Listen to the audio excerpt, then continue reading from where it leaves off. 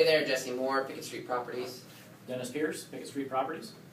And Dennis, I had a few interactions this last week with some agents that, a good agent, a good buyer's agent, if they are qualifying a short sale listing, or let's say they have a buyer and they're going to go out and show 5 homes to that buyer. Right. And one of them happens to be one of our short sale listings.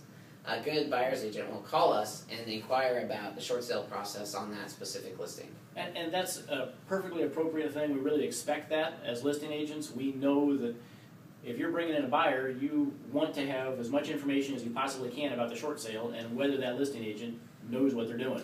Yeah, I mean, and to give you an example, if I was a buyer's agent and I was calling on a property, and that property had one loan against it, and it was with Chase, or it was with Bank of America, I know the difference between those two banks and their short sale process, and it gives me an expectation of how long that process is going to be. Right. Versus if I call on a property and there's a lien with Chase, a second with Bank of America, a judgment from the state of Washington, and who knows what else. Like we've seen 5-position liens in short sales, and so that 1-position lien short sale is highly desirable compared to a 5-position lien. It's short sale. Almost an equity sale in today's market. Right. So anyway, as I talk to these agents and they're qualifying my listing, they do ask who's this with, and I say, hey, it's with Bank of America.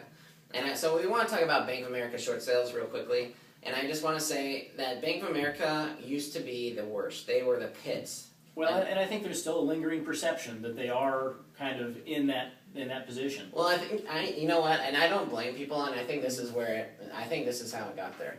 If you started out, let's say in 2008, you're like, I'm gonna do a short sale.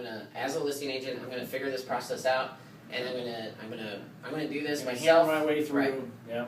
And then you just happen to get a Bank of America short sale, and that one transaction probably turned you away from ever doing short sales again, or from ever working with Bank of America again. Well, and I think that, to be fair, if I can, Countrywide was absorbed into B of A at the beginning of this whole mess, and that transition, or that just bollocksed up the whole pipeline. Well, I mean, it was still it was Bank of America that was just, they absorbed the biggest subprime lender in the United States, and that. Right.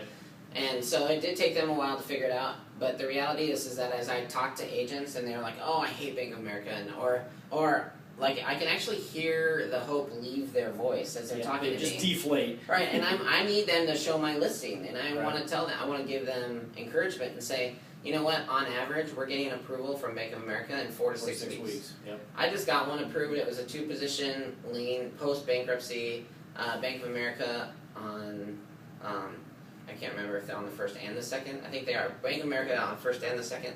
Actually, no, Bank of America on the first, and the second was with a collections agency in recovery. Okay. I got approval on both in 4 weeks. Right. And so and thankfully I have those stories to tell buyers agents, hey, Bank of America, piece of cake. We look for and we want more Bank of America short sales. Right. Well, and I think that to speak further to that, they have fully implemented an online system that makes the whole process a lot easier. Yeah. Instead of it all being about paper files and faxes and everything, they have really done a nice job of streamlining the process with a system called Equator that makes it easier for us to get the files in front of an appropriate person so we can get decisions made.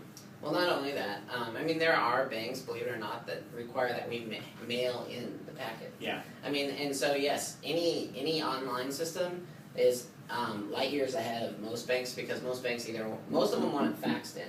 Right. And we're talking about a packet that's 120 pages. Yeah. And I don't know the last time you got 120 pages. And they've usually only got one fax number. Yeah. So anyway, that online system is called Equator, and it does make things a little bit easier.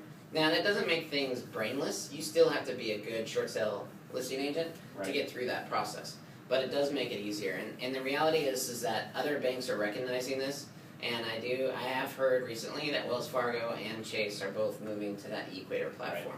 Right. Yep. And so that's 2 things I just really like to encourage you. If you are a seller thinking about short selling and you write your mortgage checks to Bank of America, then just realize that is not the end of the world. That is actually It actually could be a good thing. It could be a good thing. We can get approval on those files without too much problem.